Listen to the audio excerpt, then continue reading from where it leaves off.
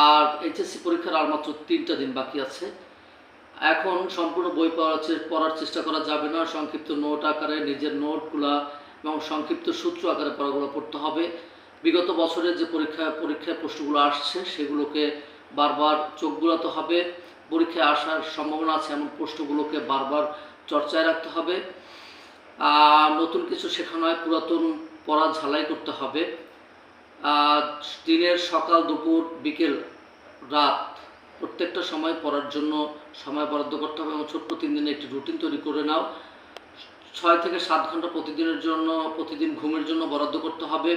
বাইরের খাবার এড়িয়ে চলতে হবে। পর্যাপ্ত পানি এবং সুষম খাবার খেতে হবে। ঘরের খাবার, রোদে কম যেতে হবে। তুমি পরীক্ষার জন্য হালকা ব্যায়াম তুমি করতে পারো মনকে প্রফুল্ল রাখার জন্য। মোবাইল ফোনকে বাদ দিতে হবে। অ্যাডমিট কার্ড, রেজিস্ট্রেশন কার্ড, কলম, পেন্সিল, ক্লিয়ার ফাইল এগুলোর ব্যবস্থা করে রাখতে হবে। মোবাইল ফোন স্পর্শ করা যাবে না। যদি কোনো সাবজেক্টের সমস্যার সম্মুখীন হও, সাবজেক্ট শিক্ষকের সাথে যোগাযোগ করতে পারো এই মুহূর্তে। আসসালামু আলাইকুম।